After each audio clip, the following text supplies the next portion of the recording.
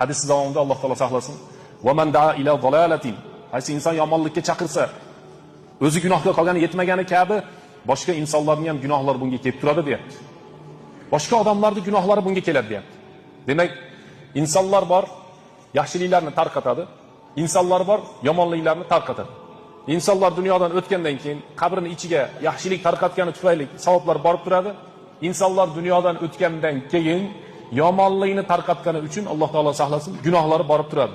Bir qori 20 ta shogird chiqarsa, u qori dunyodan o'tdi.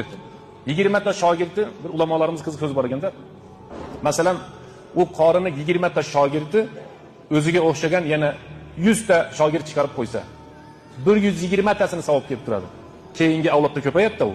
Bu kishidan 20 ta, undan keyingisidan 100 ta, undan keyingisidan 1000 ta bo'lsa, 1120 tasini savobi borib turadi. Shunday bo'lib qiyomatgacha tarqab ketaveradi. Yomonlik qilayotganlarning ichida degan masala bor.